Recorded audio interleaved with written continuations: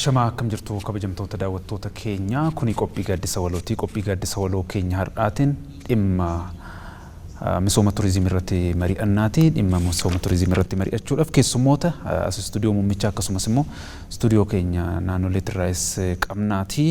Istuudiyoo muummichaatti kan argaman obbo Hundee Kabbadaa Biiroo Aadaa Aartii fi Turizimii magaalaa Finfinneetti hoogganaa itti aanaa biirichaati. Akkasumas immoo istuudiyoo naannolee keenyarraa istuudiyoo naannoo Harariitti kan argaman obbo Naasir Ahmad naannoo Harariitti hoogganaa itti aanaa Biiroo Aadaa fi Turizimii naannichaati. Akkasumas qabeenya turizimiitiin kan badhaate godina Jimmaatti immoo obbo Nagaash Nagoo waajjira aadaa fi turizimii godina Jimmaatti dursaa garee misooma hawwata turizimiiti. Guddaa galatoomaa keessummoota keenya. Galatoomaa. Hayyee mee obbo Hundee egaa akkuma beekamu turizimiin qabeenya guddaa biyyoonni ittiin dhaadatan yookiin immoo misooma isaaniitiif oolchan keessaa isa guddaadha jechuun danda'ama. Mee akka waliigalaatti misooma turizimiitti fayyadamuudhaan wal qabatee saayinsichi maal fakkaata? Akkasumas immoo biyyoonni qabeenya turizimii kanatti fayyadamanii misooma isaanii yookaan immoo dinagdee isaanii utuban akka fakkeenyatti kan eeraman sadarkaa addunyaattis maalidha? Kanarraa kaanu. Egaa turizimiin industirii baay'ee guddaadha. Achi as dhuftee dhuma isaa yoo ilaalle baay'ee fagoodha. Turizimii dhumti mataa isaa turizimii jechuun sochii yookaan immoo imala dhala namaatiin wal qabata. Namni mana isaatii bahee sochii garaagaraa gaafa godhu turistii jedhama. Kun immoo waggoota dheeraadhaaf dhalli namaa erga sochii jalqabee booda industirii sochii namaatiin wal qabatee jirudha. Haa ta'uutii achi as dhufteensa akkuma jirutti ta'e yeroodhaa gara yerootti immoo fooyya'aa dhufee industirii guddaa dinagdee biyya tokko utubuudhaa danda'u akka ta'u irratti waliigalameeti kan hojjetamu. Egaa dhaabbanni turizimii addunyaa kan jedhamu jira mootummoota gamtoomanitti. Turizimiin sochii dhala namaa wajjin kan wal qabatu ta'ee turistiin immoo kan jedhamu namni tokko qe'eesaatii bahee turtii sa'aatii 24 kan taasisu yoo ta'e akkasumas turtii waggaa tokko gadi kan taasisu yoo ta'e turistii jedhamaa jedha. So sanarraa ka'amee industirii guddaa kana keessatti sochiin namootaa yeroodhaa gara yerootti imalli namootaa yeroodhaa gara yerootti dabalaa dhufee industirii guddaa ta'aa dhufee jechuudha. Haa ta'uutii namni maaliif imala tajaajila maaliitiif imala yookaan immoo parpaziin imala namootaa kun maali gaafa jedhamu immoo hayyoonni definishinii garaagaraati kan isaan kennan industirii kana keessatti. Haa ta'uutii akkuma dura sii kaasee dhaabbanni turizimii addunyaa hiikaa yeroo dhiyoo kana baaseen namni parpazii kamiif waa imalu turtii ammasiin jedhe kana kan taasisu yoo ta'e turistiidha jedha. So kanarraa ka'amee industiriin kun yeroo ammaa kana imala guddaa kan keessatti gaggeeffamu sochiin gurguddaa kan keessatti gaggeeffamu daawwannaa qofaaf odoo hin taane immoo parpazii adda addaatiif namni kan itti dhimma bahu ta'eeti kan argamu. Biyya keenya keessatti yoo ilaalle egaa bara 60moota dura kan industiriin turizimii kun jalqabe haa ta'uutii institutional organizationii qabaate kan jalqabee baroota sana keessa haa ta'u malee xiyyeeffannaa guddaa yeroo itti argate yeroo ammaati jedhanii fudhachuun hin danda'ama. Biyyi keenya qabeenya gurguddaa baay'eedha kan ishiin qabdu. Qabeenya turizimii jedhamu qabeenya aadaa, qabeenya uumamaa hedduudha kan qabdu. Turizimiin immoo qabeenya kana irrattis hin hundeeffamaa jechuudha. Kanarraa ka'amee qabeenyi kun misooma turizimiitiif akka oolu misoomee turistiidhaaf dhaqqabamaa akka ta'u gochuudhaaf immoo sochiin qabatamaa ta'e kan itti gaggeeffame baroota dhiyeenya kana jechuudha akkuma biyyaatti yoo fudhanne. Seenaa turizimii biyya kana keessatti mootummaan investimentii guddaa gaggeessee iddoowwan ga'umsa turizimii sadarkaa kanatti akka isaan misooman kan godhame baroota jijjiiramaas waggaa 4 waggaa 5 kan hin caalle keessatti jechuudha. So amma misoomni turizimii akka biyyaatti misooma qofa doon taane guddina dinagdee turizimii biyya kanaatiif utubaa ta'u jedhamee kan yaadamu utubaalee 5 keessaa tokko akka ta'u ta'ameeti kan jiru. Kanaaf industirii baay'ee guddaa industirii sochiin namootaa keessa jiru industirii dinagdeen guddaan keessatti socho'u maallaqni gurguddaan kan keessatti socho'u ta'uu danda'ee jira jechuudha. Mee keessattuu biyya keenya keessatti damee industirii kana gara misooma dinagdeetiif oolchuu keessatti aadaan ture maal fakkaata? Garaagarummaan yeroowwan waggoottan duran turee fi amma yoo ilaaltan akkamiin madaalama laata? Ijoo gummaatiin. Garaagarummaa guddaadha kan inni qabu. Seektarri kun yeroo jalqabaaf of danda'ee organizational structure isaas yoo fudhanne akka biyyaattu Ministry of Tourism jedhee kan hundeeffame dhiyeenya kana. Sanadura waggoota dheeraadhaaf dameen turizimii kun dagatamee yookaan immoo xiyyeeffannoon gahaa ta'e kennamuufii dhabuurraa kan ka'e seektaraalee adda addaa jalatti walitti marjite yookaan immoo dhokateetuma tajaajila kan kennaa ture. Yeroo tokko tokko daldala wajjin wal qabata, yeroo tokko tokko aadaaf turizimii jedhama, yeroo tokko tokko turizimiif investimentii jedhama. Amma garuu xiyyeeffannoo addaa mootummaan kenneen sochiin misoomaa gurguddaan akkuma jirutti ta'ee poolisiidhaanis deeggaramee orgaanaayizeshinaal istiraakcharii yookaan immoo istiraakcharii dhumti of danda'ee damee kana utubuudhaa danda'u jedhame sadarkaa biyyaatti irra deebi'amee akka fooyya'u ta'ee jira. Kun xiyyeeffannoo addaa mootummaan kenne kan agarsiisu achirraa jalqaba waan ta'eef. Sana alatti immoo waggoota dheeraadhaaf industirii kana keessatti gaaffii kan ture misoomaan wal qabata. Industirii turizimii qabeenya amma barbaadde yoo qabaatte, qabeenya aadaas qabaadhu, qabeenya uumamaas hedduu qabaadhu. Qabeenyi kun misoomee tajaajila turistiitiif hin oolu yoo ta'e hiikan qabu, qabeenya qabaachuu qabna jedhanii dhaadachuudha ala piraaktikaalii waa fiduu hin danda'u, diinagdee hawwitu sana fiduu hin danda'u. So waggoota dhiheenyaas misoomni gama turizimiitiin gaggeeffamu misoomota gurguddaadha. Actually misooma turizimii gaafa jennu gama lamaan ilaaluun ni danda'ama. Gaheen mootummaa jira, gaheen immoo qooda fudhattootaa yookaan immoo abbootii qabeenya dhuunfaa achi keessatti gahee qaba. Mootummaa irraa wanti guddaan eegamu keessattuu bu'uuraalee misoomaa kanaaf mijataa ta'an diriirsuudha. Iddoo ga'umsa turizimii taasisuudhaaf yookaan immoo qabeenya turizimii tokko iddoo ga'umsa turizimii akka ta'u gochuudhaaf misoomni kun baay'ee barbaachisaadha. Misooma kana immoo gaafa jennu mootummaa irraa kan eegamu kan akka daandii, bishaan, ibsaa, turistiidhaaf haala mijataa nageenyaanis wal qabatee isa kana mijeessuun gahee mootummaati. Kana alatti garuu turistiin tokko gaafa manaa bahu bakka bulu barbaada, waan nyaatu, waan dhugu barbaada, waan itti bashannanu barbaada. Kun immoo gahee qooda fudhattootaati. Harki caalaan kan irraa eegamu private sector kan jennu isaan irraa eegamaa jechuudha. Gama kanaan yoo fudhanne mootummaan harka caalu deemee yeroo ammaa kana dhaabbilee tajaajila turistii odoo hin hafiin iddoo ga'umsa turizimii irratti babal'isaa jira. Kanaaf fakkeenyota gurguddaa kaasuun ni danda'ama. Akkuma biyyaatti inisheetivii gurguddaa muummichi ministeeraa keenya fudhataniin iddoon ga'umsa turizimii kanaan dura tajaajilaaf hin oolle tajaajilaaf akka banaa ta'u taa'amee jira. Naannoowwan garaagaraa keessatti kana arguu dandeenyeerra. Kan akka Koyishaa, Gorgoraa, Wancii jennuun kanaan dura qabeenyuma hawwata turizimii ta'aniituma jiru malee iddoo ga'umsa turizimii ta'uu hin dandeenye. Kanaaf amma misoomni gurguddaan achitti gaggeeffame. Dhaabbileen tajaajila turistii bal'inaan turistiin akka barbaade dhaqee bulee nyaatee galuudhaa danda'u mijatee jira jechuudha. So kan gahee mootummaa irraa eegamu qofa doon taane fakkeenyummaa akka qabaatuufis gahee private sectoriin hojjechuudhaa qabu. Mootummaan inisheetivii kana fudhatee keessattuu immoo siistama PPP jennuun yookaan immoo private public partnershipidhaan akka misoomu taati kan jiru. Kun immoo jijjiirama ajaa'ibsiisaa fiduu danda'ee jira. Asuma magaalaa Finfinnee keessatti yoo argitan waggoota muraasa dura paarkiiwwan iddoo gata yookaan immoo balfaa turan har'a iddoo ga'umsa turistii gurguddaa ta'uu danda'aniiru. Kanneen akka Xooxxoo fudhachuu dandeenya, Friendship fudhachuu dandeenya, paarkiiwwan gurguddoo Unity paarkii dabalatee iddoo ga'umsa turistii guddaa ta'uu danda'ee jira. Lakkoofsaan turistiin baay'ee ta'e gara sana dhaqee hin bashannana. Turistiin biyya alaas turistiin biyya keessaas keessattuu immoo turistiin biyya keessaa aadaa kanaan dura qaburraa karaa adda ta'e namni bakkeewwan kana paarkota kana dhaqee akka bashannanu yeroo isaa akka dabarsu taati kan jiru. So gama misoomaatiin yoo fudhanne garaagarummaa guddaatu jira jechuudha. Kun immoo xiyyeeffannoo mootummaan poolisii irraa jalqabee imaammata sirreessuu irraa jalqabee meesharii qabatamaa ta'e fudhatee indastiriin kun har'a indastirii baay'ee dorgomaa akka biyyaattis dinagdee biyya kanaa utubuudhaaf danda'u jedhamee qabatamee irratti hojjetamaa jira jechuudha. Hayyee. Mee obbo Naasir akkuma beekamu egaa baha biyyattii keessatti iddoo hawwata turizimii ta'an keessaa magaalli Harar ishee tokkodha. Mee akka naannoo keessaniitti sochiin turizimiidhaaf jiru maal fakkaata?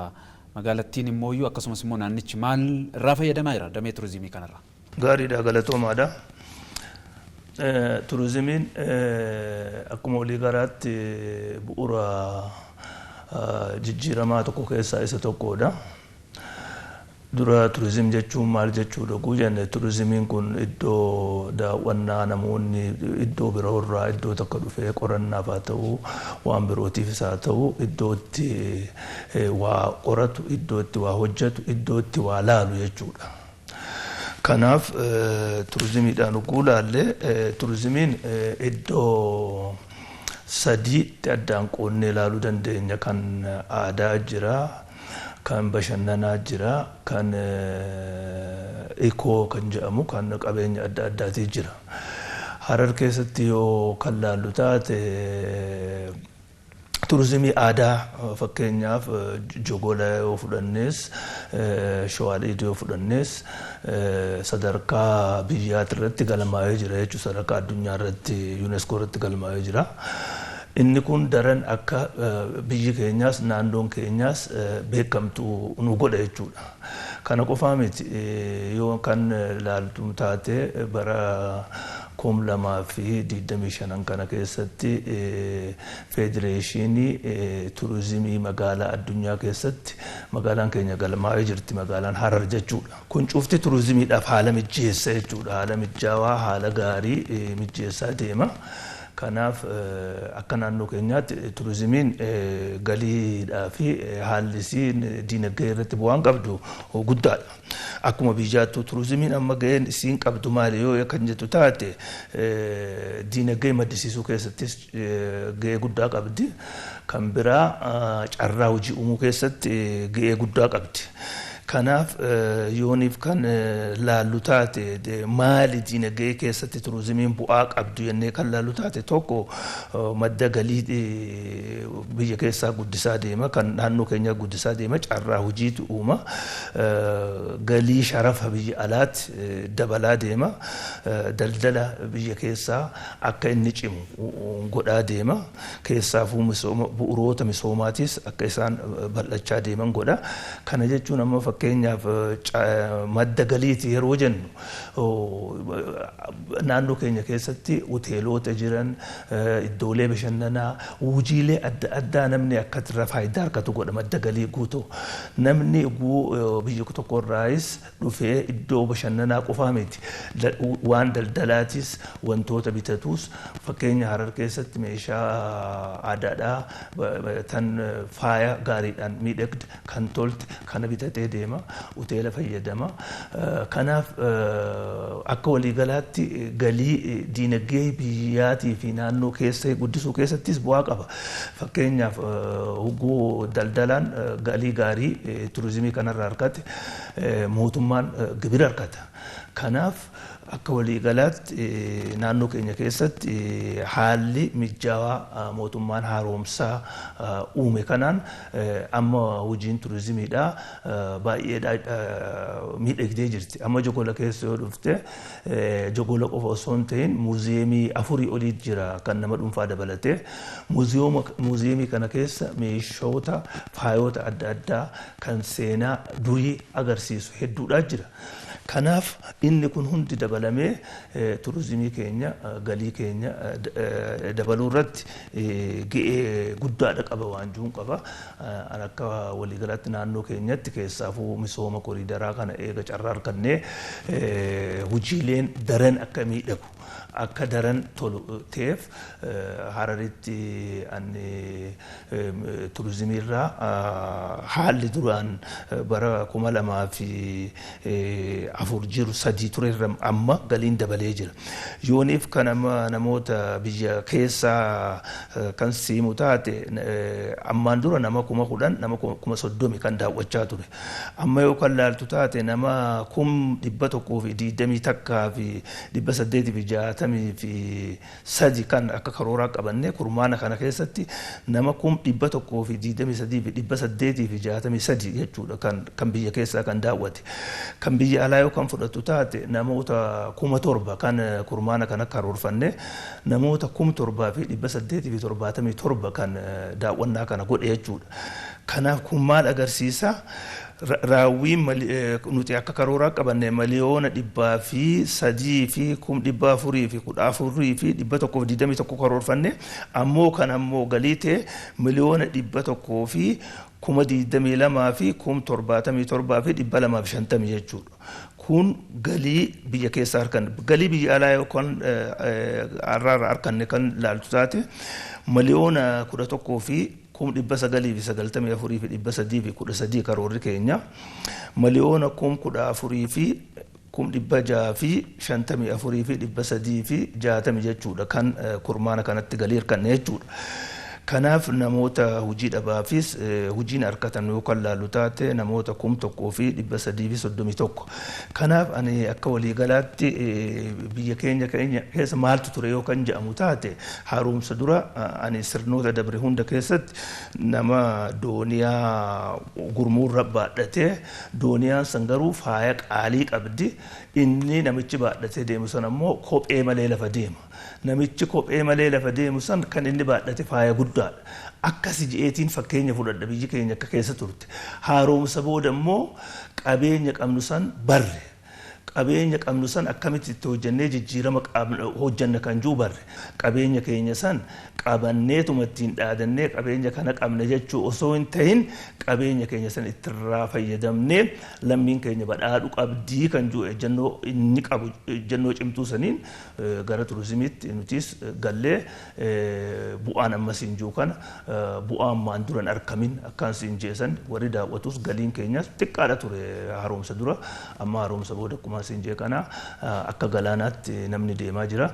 Kun xiyyeeffannaa mootummaan carraa kanaaf kanne waan agarsiisuuf jecha ani akka naannoo keenyaattis turizimiin bu'uura diinagdee keenyaatiif isa murteessa waan jiruun qaba. Hayyee mee obbo Nagaash akka godina keessanitti egaa akkuma beekamu iddoon hawwata turizimii hedduutu jira.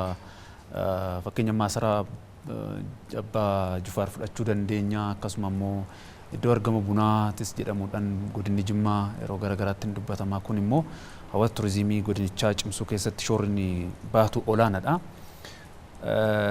Gama kanaan misooma turizimii kanarraa bu'aa argamuu qabu akka argamuuf akka godinichaatti hojiileen hojjettan maalidha? Bu'uuraalee misoomaa diriirsuudhaan wal qabatee yaa'insi turizimii mataan isaa turistoonni yaa'uudhaan wal qabatee gara godinichaa dhufuudhaan wal qabatee jijjiiramni jiru maalidha? Mee ammaa fi kan duraanii wal cinaa qabaate nu ibsa. Egaa akkuma beekamu godinni Jimmaa godina magariitudha.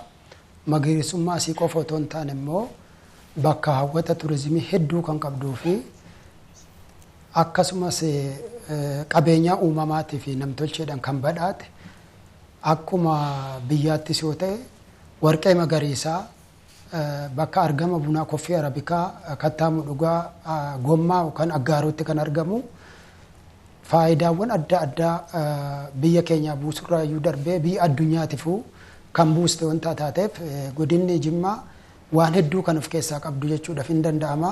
Akkasumas akka godina keenyatti immoo maal hojjetaa jirraa isa jedhuuf godinni Jimmaa qabeenyaa uumamaaf qabeenyaa namtolchee waan hedduu kan of keessaa qabdu wanta ta'eef dursa maal qabna kan jennu sana adda baafannee wanta qabnu keessaa iddoo adda baafannee kaane immoo saayit pilaanii adda baafannee saayit pilaaniin akka godina Jimmaatti adda baafne yeroo ammaa kana qabeenyaa namtolcheedhaa fi kan uumamaa gara saayit pilaanii 184 addaan baafnee kaartan isaa kun nu harka ga'ee kan of harkaa qabnu jechuudha kun akka godina keenyatti jechuudha. Kana qofa immoo otoo hin taane maal misoomsuu qabnaa kan jennu immoo taasisnee ilaalaa turre waan ilaallu kana keessaa sadarkaa aanaatti aanan sadarkaa tokkoffaatti maal misoomsuu akka qabu sadarkaa lammaffaatti maal akka misoomsuu qabu akka addaan baafatan taasifnee jirra. Hundinuu aanan bakka misooma hawwata turizimii tokko tokko akka misoomsu kan jedhu karoora gadi buusuudhaan yeroo ammaa kana akka inisheetiviittis akka inisheetivii xiyyeeffannaa mootummaatiitti dhimmi kun gadi bu'ee xiyyeeffannaan itti kennamee hojjetamaa jira jechuudha. Egaa akkuma beekamu godinni Jimmaa waan qabdu keessaa waan hedduudha. Kana qofa otoo hin taane immoo qabeenyaan akka magaalaa Jimmaattis akka godina keenyattis kan akka masaraa Abbaa Jifaar haaromfamee yeroo ammaa kana hawwata turizimiitiif banaa ta'uurra kan jiruu fi qophii adda addaatiin kan xumuramaa jiru wanta ta'eef kana qofa otoo hin taane immoo bakka argama bunaa coocee kattaamu dhugaa irrattis hojiin adda addaa hojjetamuudhaan bakka hawwata turizimii biyya keenya guddisuudhaaf waan hedduu of keessatti hammatu wanta ta'eef bu'uurri misoomaa karaa adda addaatiin yoo wal fakkaachuu baate illee aanaleen tokko tokko yeroo ammaa kana bu'uura misooma irratti xiyyeeffannaa guddaa kennuudhaan hojiiwwan adda addaa hojjetaa jiru. Jijjiiramni yeroo ammaa kana kanaan dura namni turizimiidhaaf xiyyeeffannaan kennu Amma garuu yeroo ammaa kana namni hubannoo guddaa argachuudhaan sosochii adda addaa jammaree jira.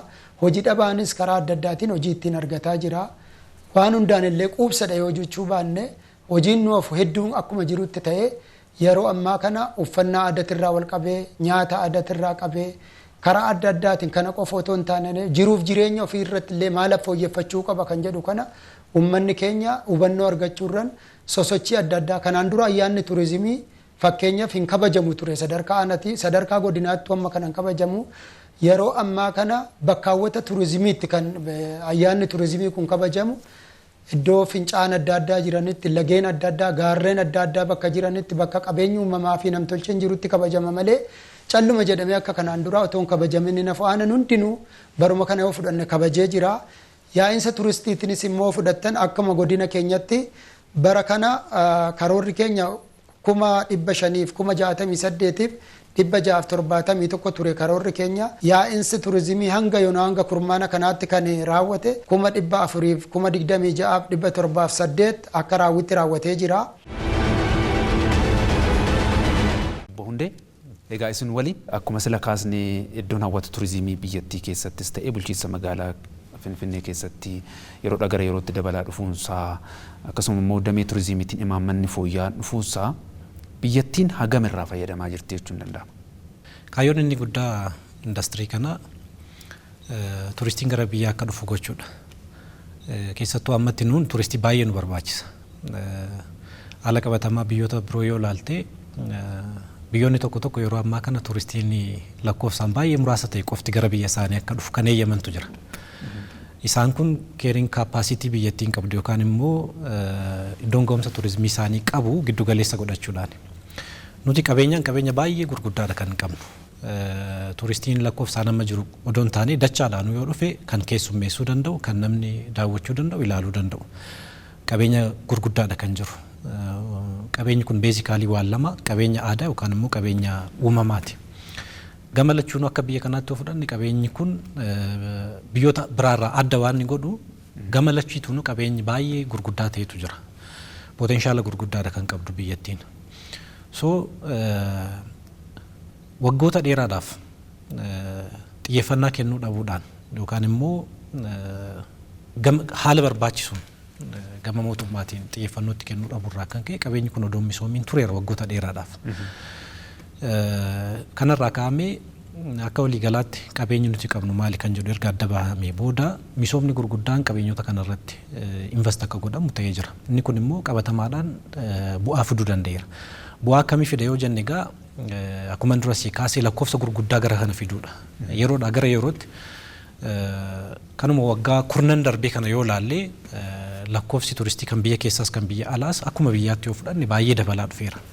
Haa ta'uutii taateen jidduutti immoo keessattuu dhibeen addunyaa irratti uumame koovidii wal qabatee lakkoofsi isaa baay'ee akka gadi buutee jira. Post koovid lakkoofsi kun akka biyyaattis akka magaalaa Finfinneettis baay'ee dabaluu danda'eera. Keessattuu dhukkubni koronaa kun namni akka hin sochoone sochiin namaa akka daanga'u ta'ee waan tureef erga sun tasgabbaa'ee booda lakkoofsi namaa baay'inaan sochiidhaaf baheeti kan jiru. Dhaabbanni turizimii addunyaas lakkoofsa isaa yeroodhaa gara yerootti baasaati kan jiru. So lakkoofsi kun baay'ee dabalaa dhufee jira jechuudha. Kuni fedhii namootaatiin qofa doon taane immoo biyya akka biyyaatti industirii kanaa fi waan industiriin kun barbaadu, waan turistiin kun barbaadu yeroodhaa gara yerootti dabalaa dhufuurraa kan ka'e lakkoofsi kun akka dabalu ta'a jechuudha. Akkuma xiqqaasti egaa misoomaan hojiiwwan gurguddaa kun hojjetamuu danda'eera.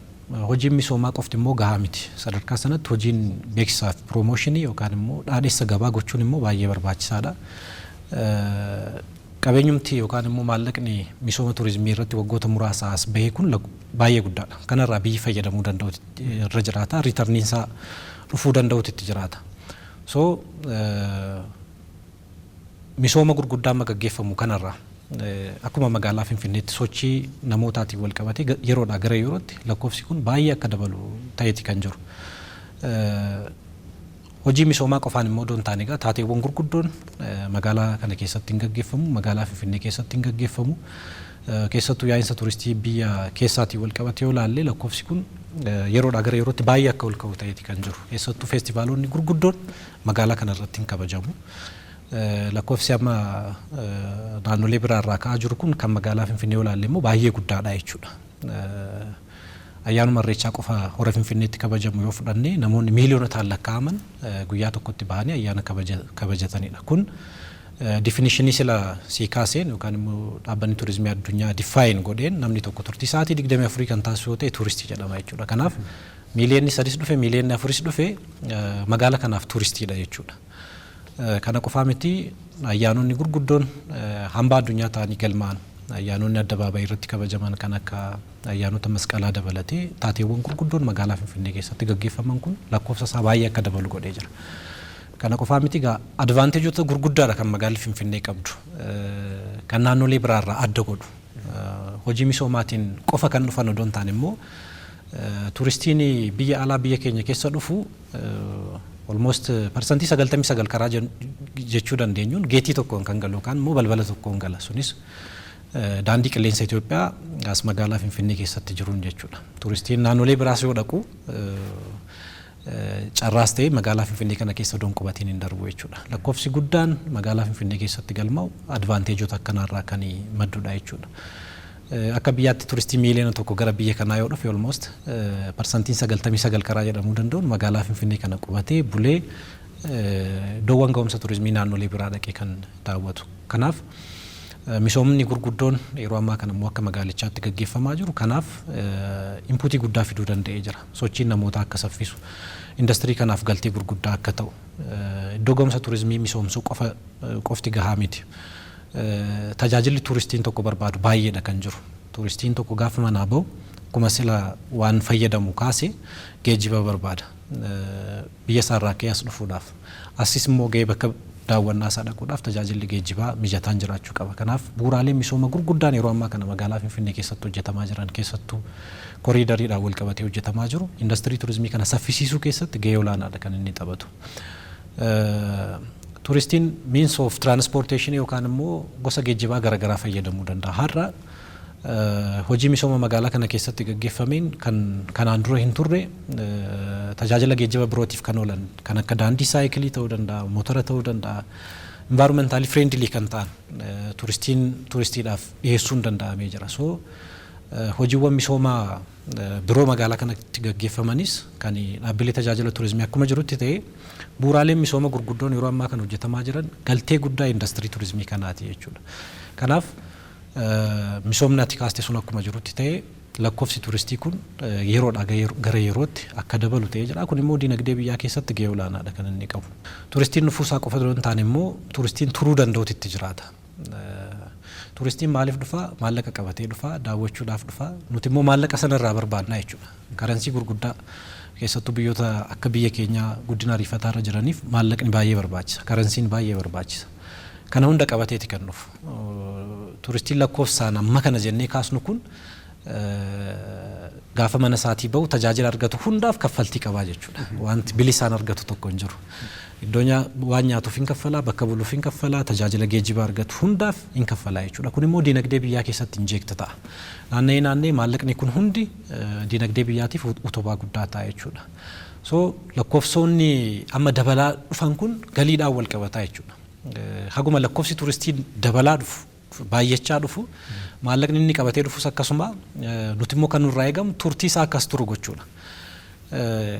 Akka biyyaatti yoo fudhan in average turistiin biyya alaa tokko turtii guyyaa 16 hanga 20 ta'e kan biyya kana keessatti turu jedhameeti kan qorannoodhaan beekamu. Isa kana akka inni dheeressu gochuu, kana caala akka turu gochuun baay'ee barbaachisaadha. Namni haguma ture haguma biyya kana keessatti ture maallaqa qabu hunda harcaasee akka inni deemu taasifamaa jechuudha. Kun immoo maaliin wal qabataa? Akkasumatti fedhiidhaan qofa turistiin as naafaa turu jechuu osoo hin taane waan turistiin barbaadu keessattuu aktiivitiiwwan turizimii kana keessa jiran akka isaan baay'atan gochuun baay'ee barbaachisaadha. Kanarraa ka'amee misoomni iddoo ga'umsa turizimii amma gaggeeffamaa jiru kun turistiidhaaf filannoo biraa ta'a jechuudha. Qabeenyi biraa jira, hambaaleen garaagaraa jiru, iddoon ga'umsa turizimii gurguddaa jira. Haguma bakkeewwan kun babal'achaa deeman, haguma misoomni turizimii gaggeeffamaa deemu turistiin turtiin isaa akka dabalu gochuu danda'a jechuudha. Kan kanaan dura iddoo gomsa turizimii 5 qofa daawwachuudhaaf paakeejii bitatee dhufu gara 10tti akka guddisu gara 15tti akka guddisu hin taasifamaa jechuudha. Kun immoo turtii dheeressaa aguma turtiin dheeratu immoo maallaqni inni qabatee dhufu biyya kana keessatti hafuunsaa carraansaa guddaadha jechuudha. So kanarraa ka'ameeti nuti amma lakkoofsa guddaa barbaanna. Sababni isaas maallaqa guddaa barbaanna waan ta'eef. Kanaaf immoo keessattuu dhaabbileen tajaajila turizimii biyya kana keessatti bal'achaa dhufanii jiru. Rakkoo guddaa kan ture kanaan dura turistiin dhufees tajaajila gahaa hin argatu. Tajaajila gahaa yoo argachuu baate immoo mufiidha kan inni fidu. Waan keessummaan tokko barbaadu mana kee keessatti qopheessitu yoo ta'e keessummaa fiddee ija keessa wallaaluu ta'a jechuudha. So turistiin amma gara biyya keenyaa dhufu filannoowwan hedduu akka argatu ta'ee jira. Kan magaalaa Finfinnee qofa doon taane magaalaadhuma naannoo Finfinnee jiran magaalota Oromiyaa ta'uu danda'a, naannolee biroo ta'uu danda'a. As ture immoo achis dhaqee daawwatee akka deebi'u haalli mijataan gurguddaan uumameeti kan jiru. Misoomni gurguddaan biyya kana keessatti hin ta'a jedhamee yaadamne waggoota dheeraadhaaf erga turizimiin kun organizational structure qabatee hundeeffame as iddoon gomsa turizimii tokko misoomeera jedhanii afaan guutanii dubbachuun hin danda'amu. Waggoota 5 as waggoota 6 as garuu iddoowwan gomsa turizimii lakkoofsaan hedduu ta'an kan investimentii gurguddoo world class destination kan jennuun turistiin biyya kamiyyuu yoo dhufe afaan guuttee iddoo gomsa turizimii qaba. Tajaajila turistiidhaaf kennuu nan danda'a. Kanatti jettu misoomni gurguddaan biyya kana keessatti gaggeeffamaa jira. Ammas gara fuulduraattis kan gaggeeffamu ta'a. Kanaaf yaa'insa turistii dabaluu keessatti gahee olaanaadha kan qabu. Hayyee. Mee obbo Naasir egaa akkuma beekamu magaalli Harar iddoowwan turizimii carraa dursitee waggoottan darban keessa magaalota kaawwan iddoowwan kaawwan birootirraa dursitee carraa turizimii misooma turizimiitiin carraa guddaa argatteedha. Namni iddoo daawwachuu hawwu keessaa tokko naannoo Harar deemee akkuma beekamu dallaa Jogol daawwachuu haala achi keessa jiru aadaa achi keessa jiru daawwachuun kun aadeffatamaa dhufeera. Mee aadaa fi muuxannoo hawaasni turistoota simachuu akkasumas immoo turistoota kunuunsee haga wanta irraa argachuu qabu argatee namni akka itti gammadee boru deebi'ee akka Harar yaadu gochuu keessatti muuxannoon jiru maal fakkaata akka naannoo keessanitti? Wanti guddaan namni tokko keessummaan tokko akkasitti deebi'u godhuudhaaf abbaa manaatu godhaa jette warri Harar. Keessummaan akka deebi'ees ilaalu kan godhu abbaa manaatii jedha. Akkana jechuun gaafa keessummaan sassi dhufe fuulaan itti toltee, haalaan itti toltee, deemsaan itti toltee, teessumaan itti toltee, fuulaan itti toltee, guwaan hundaan itti toltee ati simatte gandi san ganda gaarii, biyyi san biyya gaarii, naannoon san biyya gaarii jedhee sitti deebi'aa jiran. Kanaaf jecha tokko kan Harargeetti beekamuu jira. Kanama dhufe samiidha, katti dhufan dachiidha. Kanama dhufe samii jechuun kun keessummaadhaaf kabajaa guddaa kannanii katti dhufan ammoo dachii yeroo jan ifa akkatti isa kana qubsiisee inni kun kanarra taa'u jechuudha. Kanaaf bifa kanaan amma guulaallee Hararitti akkaataa itti keessummaa kabachiisan amma yoo laalte baay'ee nama gammachiisa. Amma turizimii keenya bal'isaa jirre yoo kan laalamu taate seenaadhaan bakka aadaa ni daawwatta, meeshaa aadaa ni daawwatta, muuziyeemii ni daawwatta. Bineensaa wajjin akka jiraachuu danda'amu ilmi namaa waraabessillee deemtee daawwatta. Waraabessa kan ammaan dura yoo kan laalamu taate iddoo miidhagatti ilaalamaan turre yoo dhugaa dubbachuudhaaf kan taatu taate kabajamoo muummichi ministeeraa obbo Abiy Ahmad dhufee ilaalee lakki akka seenaa keessaniitti akka seenaa bineensa kanaatti iddoolee mijaawaa namni itti ilaaluu danda'u godhaa nuun jedhe. Godhaa qofaa miti kallattiitti goonullee nuu kaaye. Kitaaba idamuu nuu kannee kitaaba kana gurguraadha. Iddoo mijaawaa bineensatti ilaalan itti daawwatan kana mijeessaa jedhee bara dabree kallattiin nuu kannee saniin kitaaba san gurgurree iddoo Ekopaarkii jedhamtu yoo atilleen dhuftee rabbiin si fidee dhuftee ilaaluu dandeessa. Kanaaf iddoo sana ugguu dhufte akka durii miti jechuudha. Sadarkaadhaan jira. Kan barbaade bineensa dhiyaate sadarkaa dura dhaqa. Kan yoo kan halaalatti ilaala jiru sadarkaa lammaffaa ta'a. Kan barbaade immoo sadarkaa sadaffaa ta'a. Sadarkaa afur akkasitti isteeppiidhaan jira jechuudha. Akka fedhii namicha bineensa laaluu barbaadu sanitti. Kanaaf Hararitti kallattii saniin ikoopaarkiin sanii yoo xiqqaatte kallattuma kabajamoo muummee ministeeraa nuu kanneen saniin guyyaa 280tti jaarree xumurre waan raajii ta'u akka naannootti. Kanaaf kabajamoo pirezidaantii Ordiin Badriitis ani baay'ee galatoomfadha. Baay'eetti xiyyeeffatee hojiileen kun hojiirra oolchuudhaaf yeroo adda addaatti xiyyeeffannaa guddaadhaan hordofaa jira jechuudha. Manni waan abbaa fakkaatuuf jecha osoo inni xiyyeeffannaatti kan nu baatee inni akkasitti cimu baatee hojiileen kun atattamatti akkasitti hojjetamtee akkasitti miidhaguu hin dandeessu. Kanaaf Hararitti gaamma wanni guddaan nurraa eegamu kan jaalalaa uummata Hararitti himuun nama dhibdi. Akkamitti immoo turistii kana tursiifna kan jiru kun isa murteessaadha.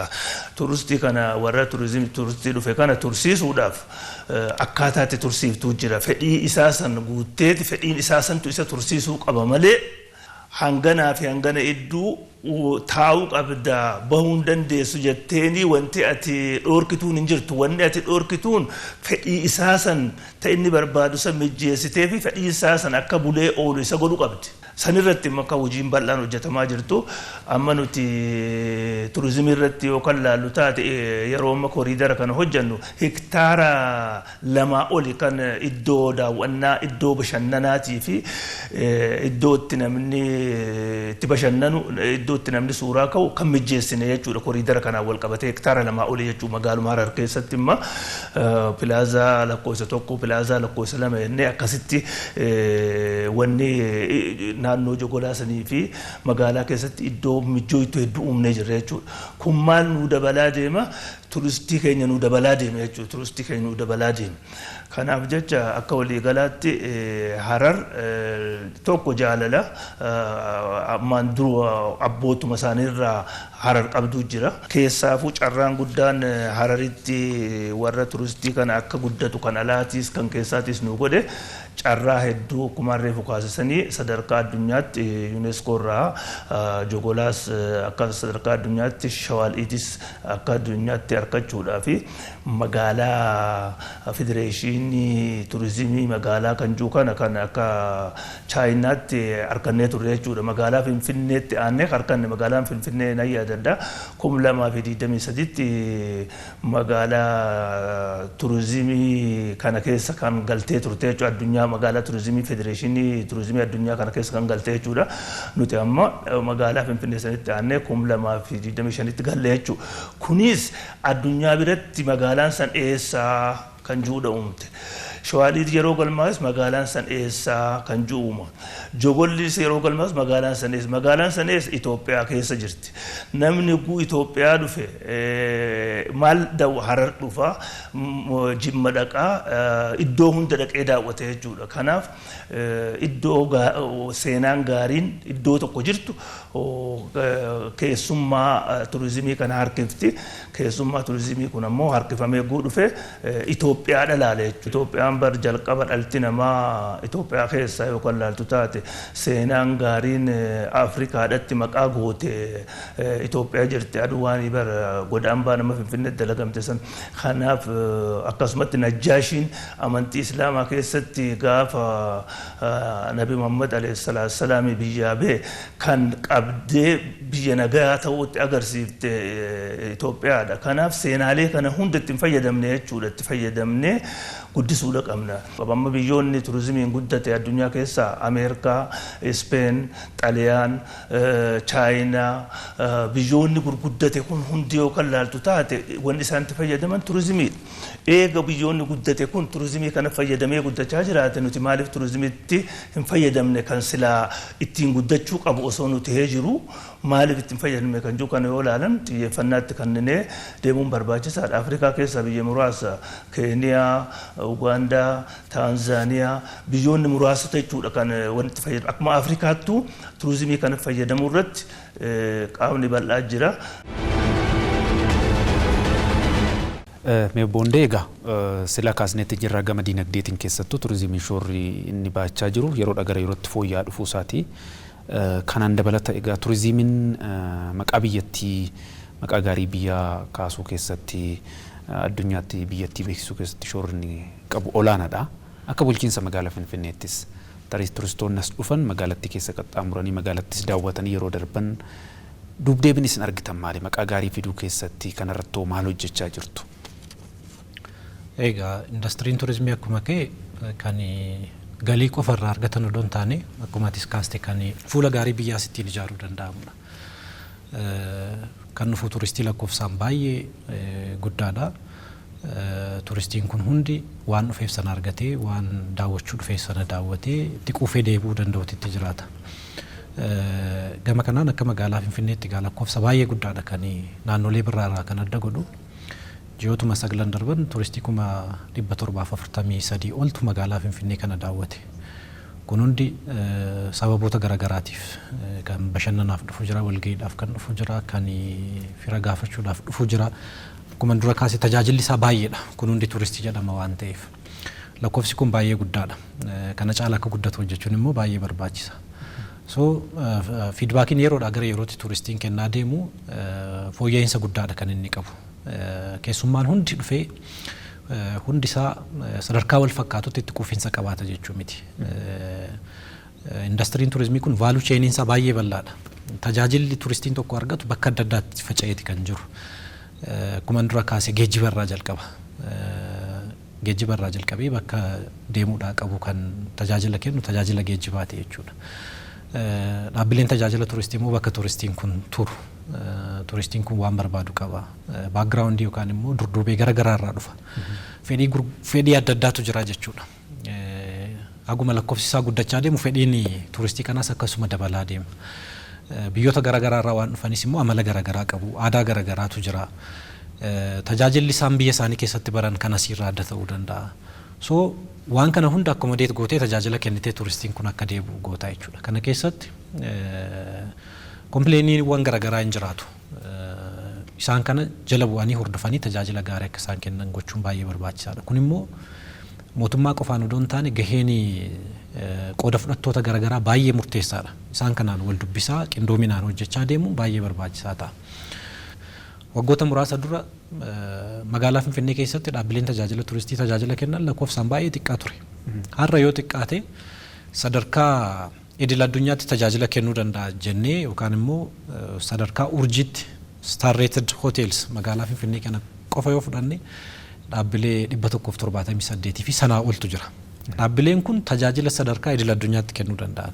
I think yeroo ammaa kana European standardii fayyadamna starii kana rate gochuudhaaf. So turistii kamiifuu tajaajila kennuudhaaf qophii warra ta'anii jechuudha. Kun lakkoofsi isaa baay'ee guddaadha. Waltajjiidhuma gamtaa Afrikaa qofa yoo fudhanne dhaabbilee tajaajila turistii kanaaf gahaa ta'an hedduu odoo qabnu tajaajila kan kenne garuu dhaabbilee 40 qofaa jechuudha. Dhaabbileen 40 kun qofti akkomodeet gochuu danda'u. So lakkoofsi dhaabbilee kun haguma dabalaa deeme tajaajilli turistiidhaaf kennu sagasuma bal'achaa deema. Kana caala immoo sochiin turistii akka bal'atu in tilmaamama.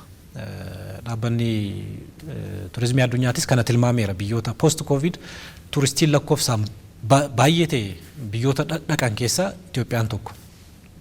Kana qofaa miti dhiyeenya kana baay'een keenya miidiyaadhaan argitaniitu jedhee yaada.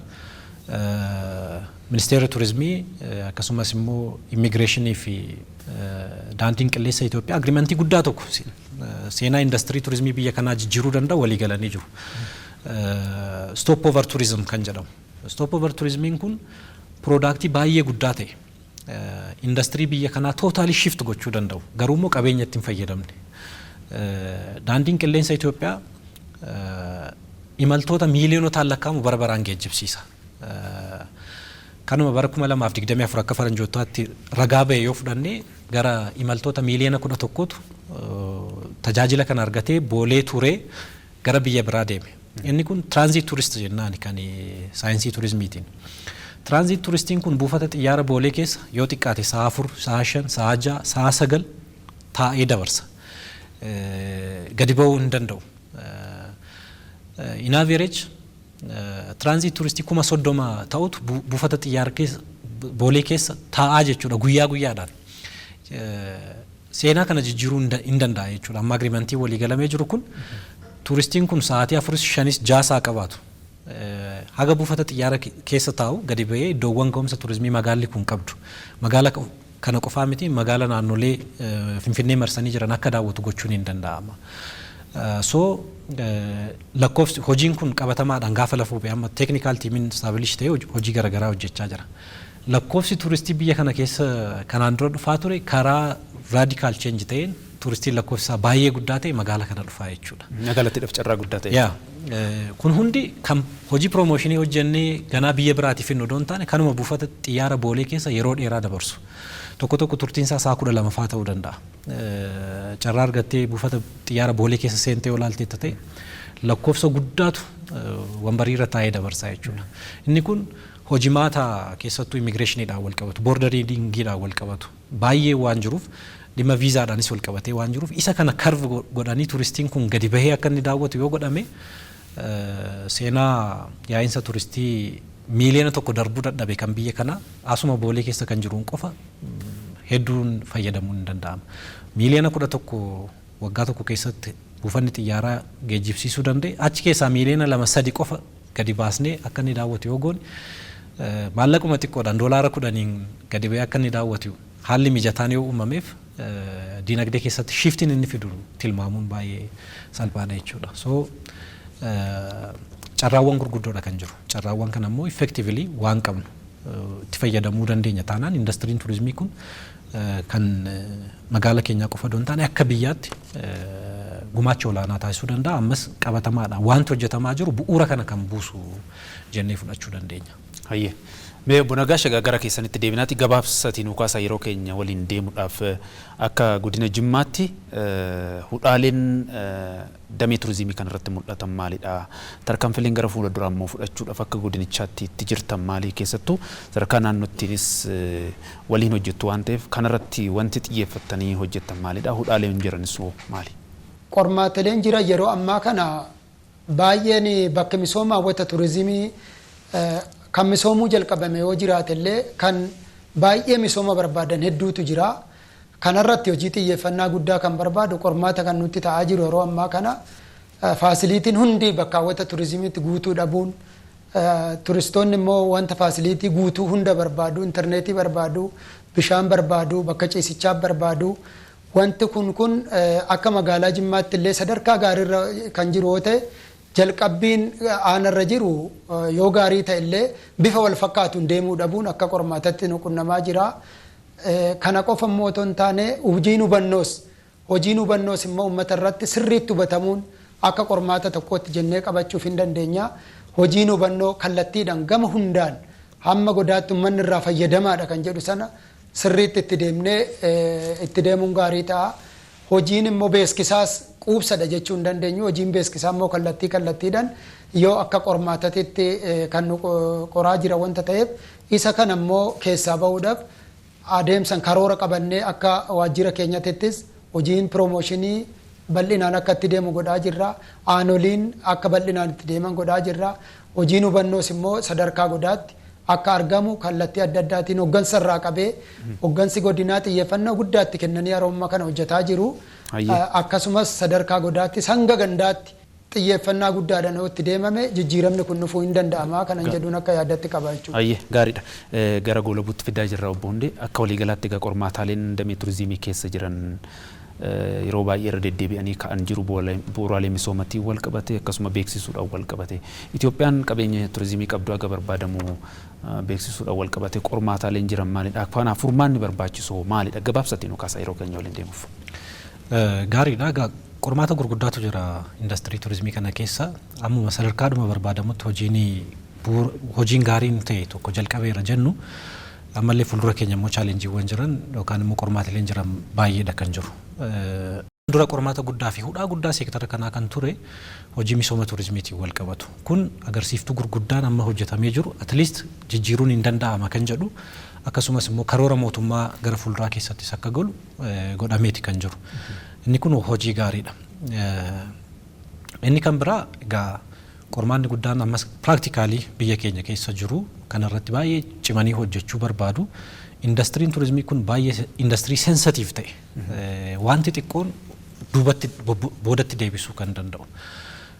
Keessattuu hojiin nageenyaa wal qabatee jiru xiyyeeffannoo guddaa barbaada. Turistiin jalqaba gaafa manaa bahee bakka wayii dhaqu inni jalqabaa kan inni ilaalu ga'umsa turizimii yookaan immoo daawwannaa qofa osoo hin taane nageenyi amansiisaan hagam jira bakka dhaqu sana kan jedhu waan kamiifuu compromise godhamuu hin danda'u jechuudha. Kanaaf nageenyi amansiisaa akka jiraatu gochuun qooda fudhattoota hundarraa ni eegama. Kanarratti tumsa gochuun baay'ee barbaachisaadha. Inni kun fuula gaarii biyya akkuma jiruttis fudhatee deema waan ta'eef.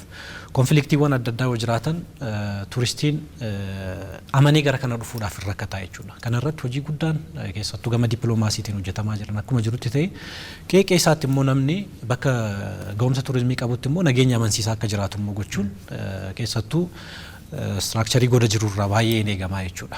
Turistiin akka barbaade akka inni daawwatee nagaadhaan deebi'uu danda'u gochuun baay'ee barbaachisaadha. Kana goonee jennaan seenaa turizimii biyya kanaa sirriitti jijjiiruun hin danda'ama. Lakkoofsi hawwinu sunis bal'inaan dhufuu danda'a. Egaa hojiin bu'uuraalee misoomaa hojii guddina biyyaa wajjin wal qabatu. Inni kun adeemsaanis waan fooyya'aa dhufu guutummaan guututtis hojjetanii keessaa ba'uun hin danda'amu. Adeemsa barbaada. Adeemsaanis hojjetamaa jira. Kana caala immoo waan amma qabnu qabeenya amma qabnu waan misoomsine kan ammoo dhaadheessuu gabaatti dhiyeessuun baay'ee barbaachisaadha. Ammallee gufuun guddaan jiru yookaan immoo akka hanqina guddaatti kan ilaalamu hojiin promoshiniif beeksisaa sadarkaa barbaadamutti hojjechuu dadhabuun in mul'ata. Egaa indastiriin turizimii kun sadarkaadhuma naannoo fi magaalotaatti qofa waan ilaalamu miti. Akka biyyaatti darbamee irratti hojjechuun baay'ee barbaachisaadha. Yoo akka biyyaatti hojjechuun danda'ame sana booda distribuutioniin isaa amma kana miti. Turistiin akka barbaade akka filannoo isaatti deemuu danda'a. Inni guddaan akka biyyaatti hojiin promooshinii fi maarkeetingii jabaa ta'e biyya kana madaaluudhaa danda'u, turistii harkisuudhaa danda'u, turistii gara biyyaa fiduudhaa danda'u hojjetamuun baay'ee barbaachisaadha. Kun maallaqa guddaa barbaada, bajeta guddaa barbaada beekama. Kana cabsanii deemanii immoo waan achirraa dhufu argachuun baay'ee barbaachisaa ta'a. Biyyootni ollaan naannoo keenyaas yoo fudhattan kana godhuudhaan turistiin gara biyya isaanii akka dhufu gochaa turanii jiru. Fakkeenyaaf kan akka Ruwaandaa fudhachuu dandeenya. Aga biyyoota Awurooppaatti kilaboota gurguddaa fayyadamanii akkaataan isaan itti beeksisan hin jiraata.